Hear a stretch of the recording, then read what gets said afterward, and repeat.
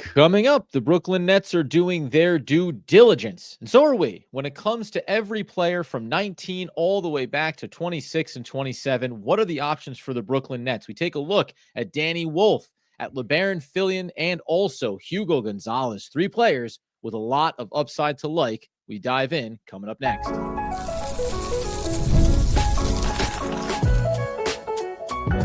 You are Locked On Nets, your daily Brooklyn Nets podcast. Part of the Locked On Podcast Network, your team every day. Yes, my friends, it is the Locked On Nets podcast right here on the Locked On Podcast Network. It's your team, the Brooklyn Nets, every single day. He's Doug Norrie. I'm Adam Armbrecht. We thank you, as always, for making us your first listen of the day. We are 100% free on all those great platforms. And right off the top, I tell you right now, it's not because I'm a fan of Firefly and Nathan Fillion, but it is Philon, which I could not have worked hard enough to make sure I got correct before messing it up in the cold open. Doug, we take a look at three prospects, certainly guys that are rising, but this now represents that spectrum we talk about when you get to 19 and then moving even beyond into the 20s for Brooklyn. Yeah, the nature of where the Nets are drafting this year means like we've been kind of jumping around draft boards a little bit. Like at first we went through the top 10. It was like, kind of maybe not even a chalky top 10. And then we kind of got into the teens and it was like, well, who's interesting here? And we skipped over some players and then we go into the 20s. So, and then we're trying to group players together based on like certain aspects of their games or just like where they might fall. But that's just like also what happens when the Nets have, seemingly draft pick potential in every slot of this draft, except for the very top, with a board that's kind of all over the place when it comes to like trying to figure out who's going to go where. So it's been a fun process. Like it's been cool looking at all these guys and sort of dreaming on who the Nets could take. And there's three guys in this one who have sort of bounced around draft boards, especially a guy like Ugo Gonzalez, who started off much higher last year. But we can start by talking Danny Wolf because he's a guy that we've seen for a while. You've been talking about him for a while.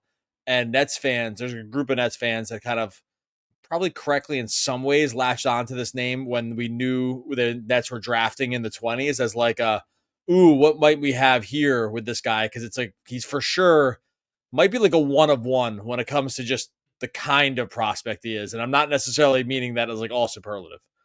No, he's it's funny because we talked about so many guys looking at the board, going all the way up as we talk about with guys like Derek Queen. And then we talked about CMB, who's not, centers, power forwards, guys that kind of have the thicker frames in them. And as we work our way back, we certainly have talked about Carter Bryant as well, going down the board a little bit and talking more of the 3-4 kind of lineup. But the interesting thing is you get back towards 19 and 20. It's like, it's not just a Danny Wolf. There's also a guy like Behringer, the center out of France as well, who's like a little bit higher, at least by Tankathon's board right now. But Danny Wolf, he's funky for a very specific reason. He can do a little bit of everything. And the question becomes, how was he utilized year over year at the college level? Because in one instance at one stop, he was more of a traditional center. And then in the other mold, he's kind of running the point and he's setting up the offense for you and he's stretching the floor and he's knocking down perimeter shots. If not at 19, that's what I think of the first question I'm going to fire back to you is like, is this a pick 19 worthy kind of player? You mentioned how he's moved around the board a lot. Maybe some other guys have just jumped him and you settle into 26 and take him. But he has all of the makings of doesn't look so sexy on tape. But then when you go and you really dive into all the facets of it, you go, yeah, but he does everything at a pretty solid to high level on both ends of the floor where you feel like you get the requisite value at both ends. Yeah, he's a super weird guy. I mean, he's 7 feet tall. He's the smallest 7-footer you've ever seen in your life, the way he plays. Like if you watch the tape on him, it's like no one's ever played smaller at 7 feet. And I don't mean that as a compliment. Like I actually struggled when I was watching, like I was like, I knew who he was and I was like, man, he looks so small. Like, is he for sure 7 feet? Like, it's just because like he would be faced up against guys who definitely weren't 7 feet tall, and he just looked the same size as them. So I don't know if it's like your eyes get thrown off because he was playing so much point guard at Michigan, or like they were just running so much offense through him, or it's just like a stature thing, and he's a 7-footer, but he's not physically imposing.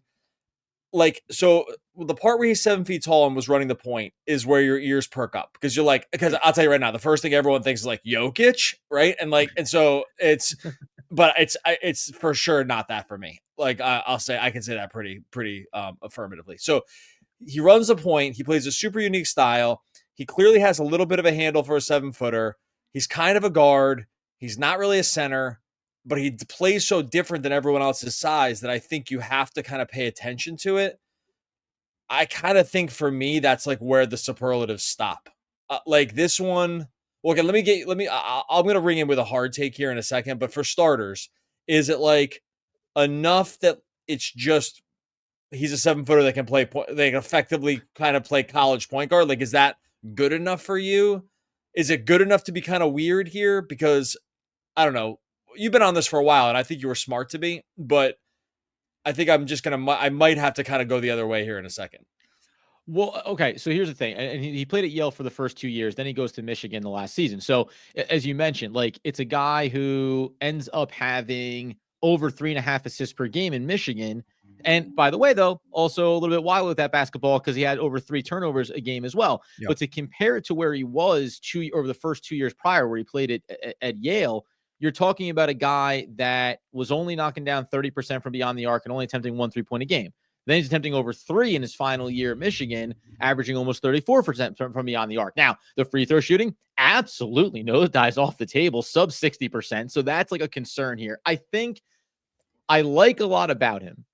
And I think ultimately where I land on him is if you're talking about at 26 or 27, then I think you'd be excited to get a guy like this and you unleash him as kind of an off the bench, can do a little bit of everything, continue to evolve your game. And you have another ball handler who also has some size and can do some things for you.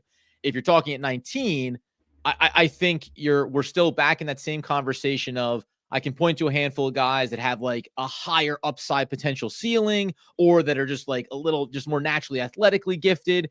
I think he's like a grinder to maximize every bit of what he is. And that's a good thing, but I don't think that it's someone I would say like 19. I feel like that's a spot for him. By the way, he's up on some boards as a lottery potential pick here. So that's where I get a little bit confused by him. I like him, but I don't love him. 19, it's a full pass for me.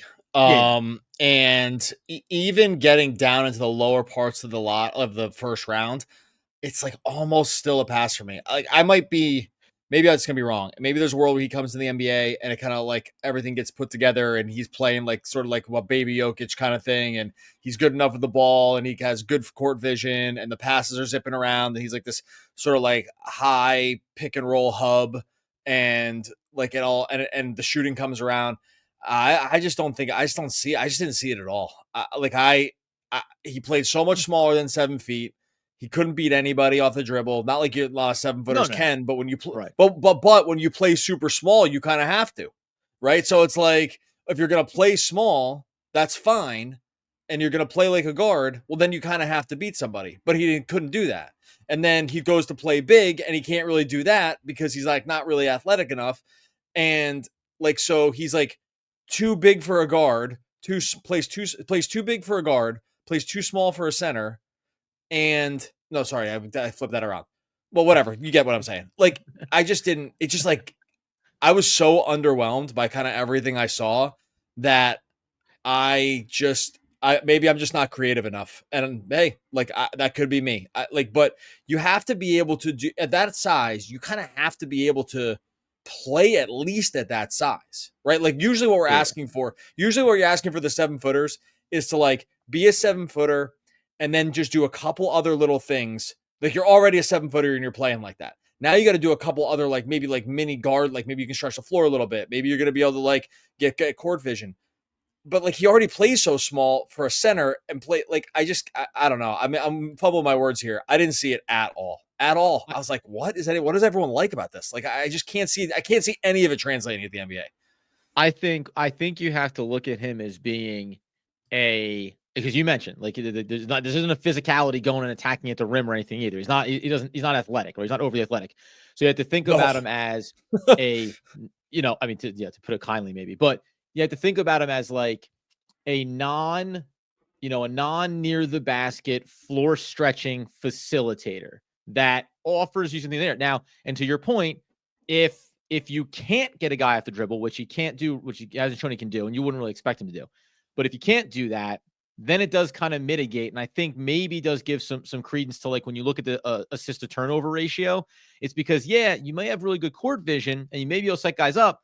The problem is if you can mostly stay at home defensively and just put one guy in front of them, and that means everyone else can kind of stay home on their assignments as well. So, yeah. It's like, so I believe me, here's the funny part about it. 3 weeks ago, well, when I was like, oh, I think I'm on the front end of Danny Wolf, I'm like, all right, this is a name to watch. And then, like, the more that you watch it, it's a little bit harder to see it. I don't mind him. Maybe you're right. Like, first round value maybe is like slipping in terms of him. I think that he's the kind of guy that ends up carving out a role in the NBA, but this is not a pick 19 for me. Like, this is you think he has a high enough floor. There's some reasonable ceiling. And if he can start expanding the 3-point shooting game and get up 35, 36%, then you have kind of a piece you can use coming off the bench. That's not the conversation specifically for the Brooklyn Nets, the kind of conversation that I think you're having really anywhere in this draft. You're talking about upside on these players, developmental upside, and we always come back to athleticism, natural physical ability. If you think Danny Wolf is capped in terms of athleticism and ability, then it doesn't really matter how much you can develop, right? Other facets of the game, unless you're talking about really spiking some things, again, like perimeter shooting. And no, baby Jokic did not come up on my bingo card when I was looking at Danny Wolf. However, here in a second, we got 2 more names to talk about. And I think both of these guys, Doug's going to talk about Gonzalez at the back end of this one. And I started watching more tape on him. There's a lot to like there, but there's also a reason why I think a guy like Philon should be on the Nets' radar and why Danny Wolf should continue to drop as well. We'll do that here in just one moment. All right, before we get to that, tell you about our friends over at Skims. Look, you find out Skims is making underwear for men. You got to get intrigued. You hear so much about their quality. You got to give it a try. It's going to completely live up to the hype. If you have issues with underwear, maybe it's fit, maybe it's comfort, maybe just finding the right style for you, Skims is going to change all of that. Their men's line offers something for everyone. Boxer briefs, classic briefs, all designed with a perfect balance of comfort and style. Maybe you want to go with the boxer brief. You get totally hooked. Perfect for your active lifestyle. They move with you. They never lose their shape. They stay in place all day. Maybe you're working out. Maybe you're just running errands. Super comfortable and super reliable. The lightweight material feels amazing, almost like you're wearing nothing at all. Stop it, Skims. Shop Skims men's at skims.com/LockedOnNBA and Skims stores.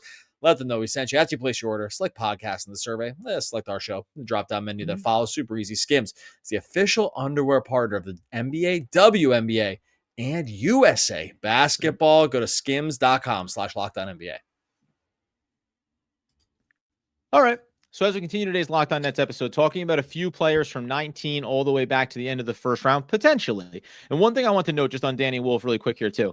There's also the thing about, as we're going to talk about 2 more players here, when we said this the other day, as you start to go down the board later into the first round, we talked about Nolan Traore, the French point guard, on our last episode, but the centers or potential bigs, they start to bunch up a little bit here. We're going to talk about Sorber probably coming up in another episode.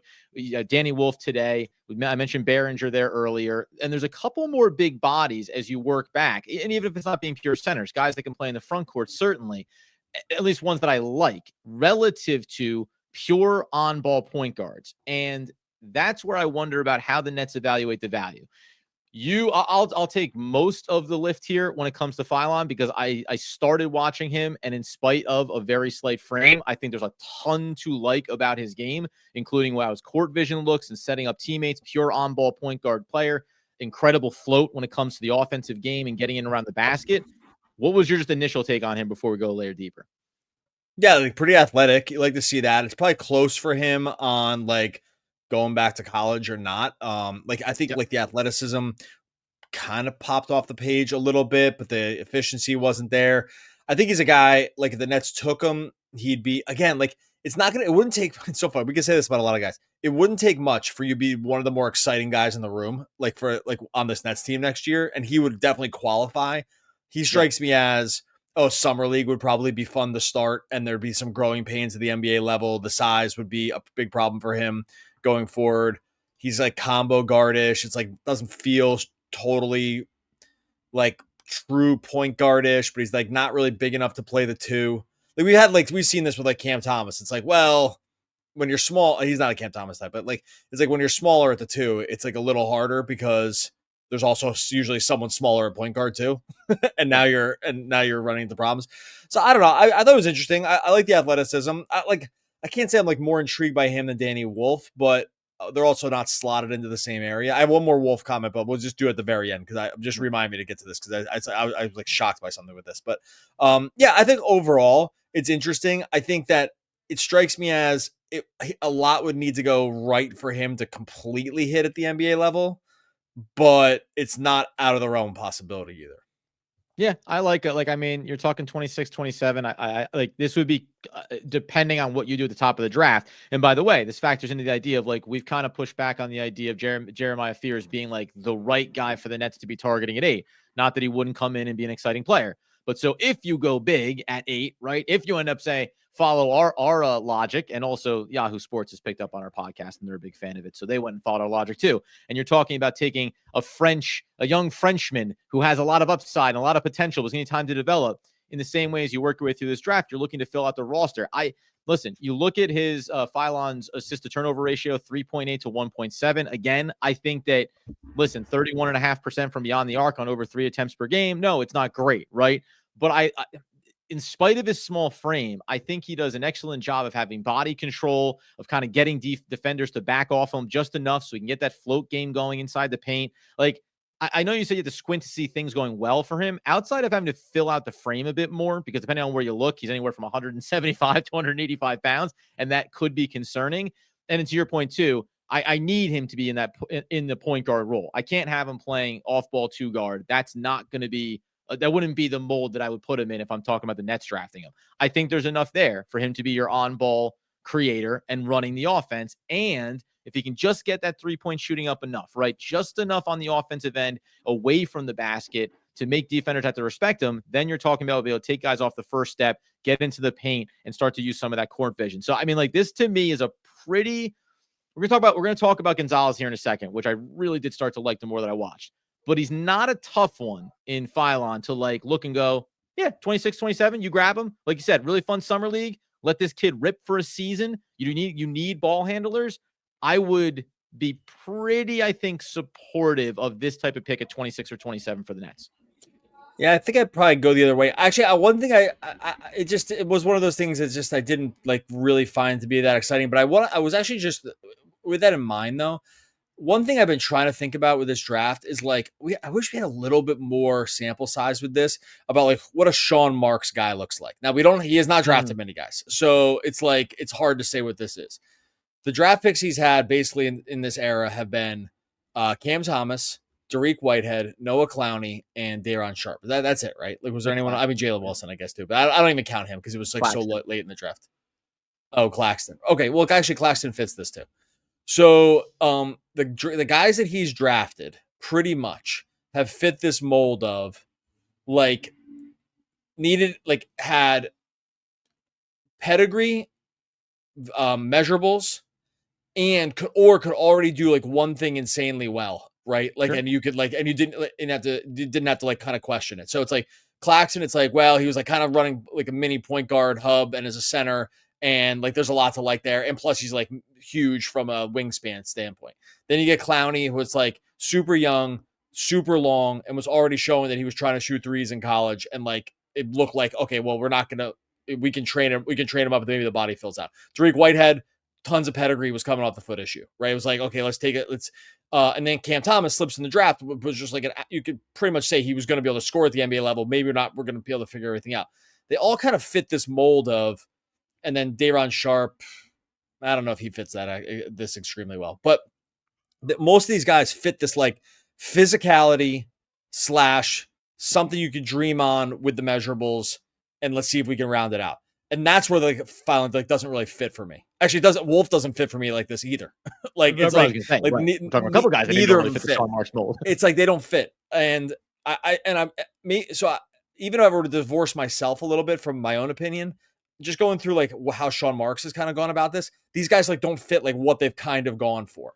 Guys like Igor Demon, Asenge, guys like this, Carter Bryant, right? Like, I know we're talking about a different part of the draft, but like that kind of struck me as like Sean Marks kind of guys, right? Even like Kim Maluach, I'm trying to look at like who in the lower part of this draft would fit this.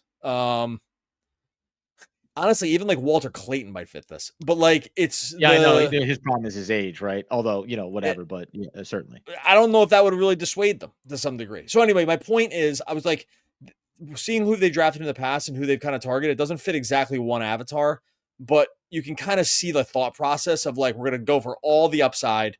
And if it goes wrong, it goes wrong. We're not going for a high floor here. We're not looking for super high floor players. And I think that's what I see like Philon's like maybe having a higher floor than a ceiling. So anyway, by the way, I think Danny Wolf's like floor is like, he's all floor as far as I'm concerned. I'll just say my Danny Wolf thing now. The Ringer has him at 14. I couldn't believe this. 14. Maybe I drum up this podcast later if I'm way wrong about this and he just turns into a star. 14. Hey, update. Like there's guys. Update. Good. The Ringer. Oh no, maybe your update. So he has dropped then because I had an older in the background here. I had an updated big board. So either means he has dropped on their board because they had him once upon a time, a little bit earlier in May. They had him at 11. Danny, oh my God. Well, okay. For instance, like, and then you look at, they have CMB, Colin Murray Boyles at 17. If I'll just put myself in Sean Marks' standpoint, right? If I'm just going from Sean Marks, like, forget me. There's no world where he would take Danny Wolf over Colin Murray Boyles. No world, right? Like again, not every place is different, and I like people that make stands on this stuff too. I hate when you see all chalk. I like people to like have opinions, but I was just like, holy cow, 14, no thanks. Like I'm short. You can't short this stuff, but happy to short. Okay, we're gonna talk a little Ugo Gonzalez here in just 1 second. Adam, I'll take us to this break. Just give us 1 second. We're gonna talk about Hugo Gonzalez right after this. Before we get to that. Yeah, that's how you do it, buddy. We're talking about our friends over at Car Gurus. Look, shopping for a car should be exciting, not exhausting. Between the confusing prices, you got the hidden fees, it can feel overwhelming. I've already loved using Car Gurus. I'm in the market for a car right now. I was on Car Gurus. I said this yesterday. I was over in Car Gurus, put in stuff for 2 different vehicles. Already heard back from both places. Going to see one of them this week. That's how fast it works over there. And no messing around either. It was just like, hey, just come see the car. We got it for you. That's the price. Let's get going. That's why you got to love using Car Gurus. With over 4 million listings, Car Gurus has more new and used cars than any other major online marketplace in the United States. They're going to verify those dealers, provide real price analysis, give you the tools and data you need to make the right choice. Car Gurus actually said, the one car I looked at, great deal. I was already feeling really good about this. Not going to be second guessing yourself. You need a deal you can trust. Car Gurus makes it easy to compare vehicles side by side with unbiased deal ratings. No wonder SimilarWeb estimated traffic data shows Car Gurus is the #1 most visited car shopping site. Buy or sell your car today with Car Gurus at cargurus.com. Go to cargurus.com to make sure your big deal is the best deal. That's CARGURUS.com, cargurus.com. All right. As we tie a pretty little bow on today's Locked On Nets episode, talking about the draft, moving our way back, talking about 19, 26, 27, and what the Brooklyn Nets can do. Before we get into Ugo Gonzalez, other guys that we are going to we are going to talk about coming up here, because like they all kind of spread this gamut, right? Like Will Riley out of Illinois. We haven't talked about Ben Suraf at the point guard, or technically combo guard in the backcourt. Like there's a lot of guys that fill this out. You mentioned Liam McNeely. McNeely we'll talk about. Like we just kind of skipped over him. He's in that 20. He's like in that top 20 range. Like we kind of just probably should have already talked about him. There's a bunch of guys. And it's funny too. So like, and I think a lot of these, like maybe the reason why we even ended up doing some of the guys that we did here today, Wolf, Philon, is because maybe you're happy to have them if they get there, right? You can see some value in them. Certainly, I do like Labaron, obviously, but take the lead on Gonzalez here, because they're in terms of when you throw on the tape, you want to see something that pops or that like looks interesting or exciting based on the mold of player. There's a little bit of pop to his tape when you talk about how he's able to athletically, I think, go towards the basket, some finishing, some rebounding stuff that is really interesting to watch. Well, see, he's one of those guys. It was like with Traore, that when we did this in the summer, Ugo Gonzalez was like 5th or something like that on draft board, on mocks at the time.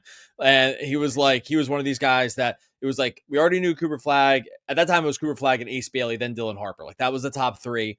And then Ugo Gonzalez might have been 4th or something like that on some mock drafts. And so you're like, okay, so there was a reason he was 4th. And there's also a reason he's dropped to like 28th. Like over the course of 1 year. And so you're like, things haven't gone let's say, great, but it happens. Look, a year can come at you really fast at this level, at these levels, and sometimes circumstance can kind of get in your way too. So one thing that happened for him is he played in Real Madrid and he just like didn't play that much. Like he just, yeah. And now you might say, well, Real Madrid was kind of a stacked team from what I read. I don't follow like Euro basketball, but I was reading about why he didn't play that much. And it was like, they're kind of a stacked team. He's a little bit younger. They were just trying to actually win. They're not in the player development business. They're not about they're not trying to get guys to the NBA. Like, Nah, this isn't like G League Unite, like where it's like, it's all showcase. Like these teams are trying to win. They have real fan bases. Now it's a problem. He couldn't like blow past some of these guys, but he also just wasn't able to play that much. And so there was a on-court time thing that I think that really submarined the stock a lot, that he just like couldn't get past onto a competitive Real Madrid team, couldn't get past like anybody in order to play. Beyond that, the good side, he's super athletic. He's pretty big. Like he definitely jumps off the page with his athleticism. Got there. Can finish at the rim. I think the things the things that had him in the top range have not changed, right? I don't think that stuff has changed over the course of the year. What changed was he couldn't beat some guys out in EuroLeague, and when he got on the court, it really wasn't all that efficient, and there was like some problems with it. So I think that the upside is still very much there. I like that the free throw shooting was okay, even though the 3-point shooting wasn't great. I almost want to take the 3-point shooting as saying like it was just kind of coming at him fast and he wasn't able to play as much. I just get anchored so much. This is a failing of mine, I think. I get anchored so much when these guys were ranked higher. Because when they were ranked higher, when they're like 17 and 18, more bullish on Danny Wolf. He was 11th on the big board at one point. That not on other big boards though. Like not last year. He wasn't like a top. I know you're messing with me. But I don't know if that's correct though. Like the opinion should change. I have a trouble releasing other people's priors when it comes to mock drafts. So it's like this like sort of like fall Bayesian attempt at like trying to figure this stuff out. I'm like the stuff that had people really excited about him at like 5, 6, 7 in the draft in the summer. I don't think that stuff has really changed. He just like wasn't able to play enough this year. And so I don't know. Maybe that's wrong. Do you think that might be reductive? It might be reductive. I'm not sure. No, there's some things to like about his game, right? And then there's some things like, and you mentioned here, like just in terms of like he only averaged 13.5 minutes a game this past season at Real Madrid. Year prior, just 8 minutes in 27 games, right? So like it's not a lot of playing time, right? He averaged 4.5 points per game. Like, hey, and that's not really impressive. The 24% from beyond the arc is not so impressive on, a 3.5 per game either. But I get the reason why you like it. And I get the reason why, like, you want to go back to when he was ranked higher on a board.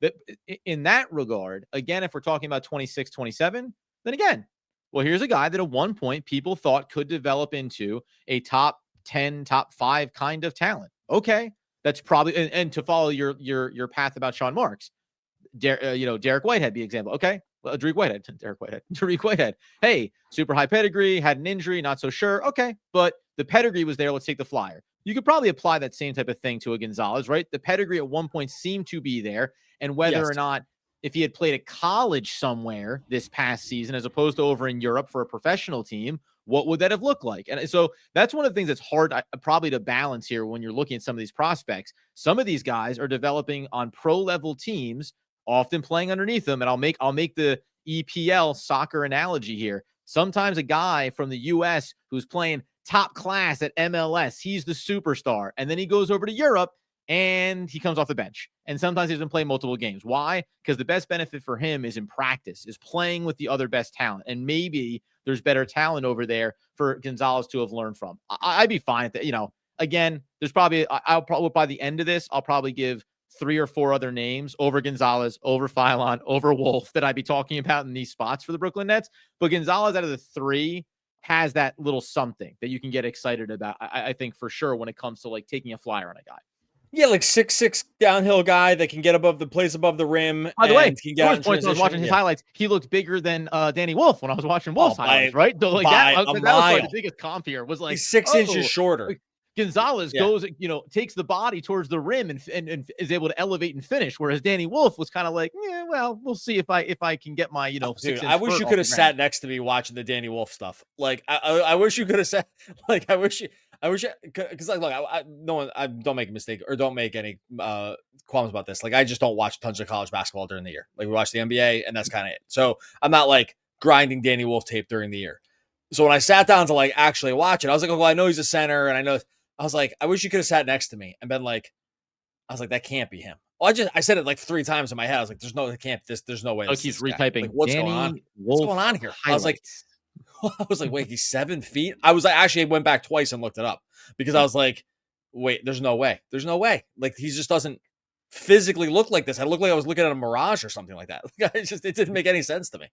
So there's a couple of things I want to hit here before we get out the door. Run a little bit long. When we come back, we're talking about other players. I think guys like Thomas Sorber, you mentioned McNeely. We'll touch on Behringer maybe too. Certainly Will Riley. Like, there's a lot of guys that I think we'll be talking about in a different tone relative to the way that we discussed these 3 players today. And the other quick thing is, which we'll drive home again. I mentioned how Yahoo Sports picked up, tongue in cheek, listening to our podcast. But there he's at the board. They have the Brooklyn Nets taking a Senge at 8. They have him in the top 10, and the Brooklyn Nets going all upside. And by the way, while you can make a case for, as some have, take Queen there, take this player, take that player, that would kind of fit to your point you mentioned earlier. The Sean Marks, all upside, big swing mold. And we talked about that all off season here. It has become fascinating. Now you're seeing 4, 5, 6 players rush their way up draft boards. What that means for the Nets at 19, 26, and 27 is maybe just catching a player that's fallen purely based on not having an explosive combine or not seeing those things. Something else we could talk about, combine impact on where some of these players have matched up on the big board.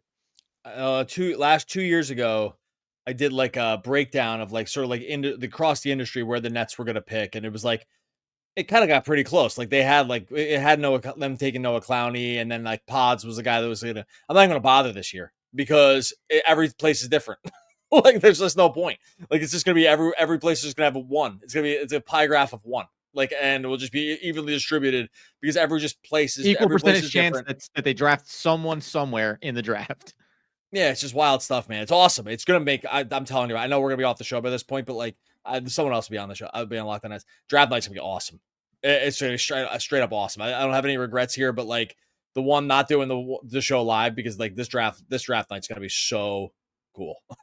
Like, there's no doubt about it. Anyway, okay. On that note, we'll get out of here. Make sure you subscribe to Locked On Nets. Feed's going to keep going forever and ever and ever. It's the #1 way to help the show. Just go subscribe wherever you listen to Locked On Nets, YouTube, Spotify, iTunes. Just hit that one button. Free for you. #1 way to help us. If you don't like something, change it. If you can't change it, change your attitude. And that, a little bit preachy from Maya Angelou. Oh, R.I.P. I think one of the all-time. Hold on. Probably should know that. Hold on. Vamp here for a second. Like that's an R.I.P. Make sure we don't like to put people. Let's just do a quick fact check here. Okay, bad news. Yes, in fact, you can bid her a fond farewell. I thought so. Well, she'll be missed. And we can say honestly, one of the all-time great poets will be back again tomorrow, talking more Brooklyn Nets basketball.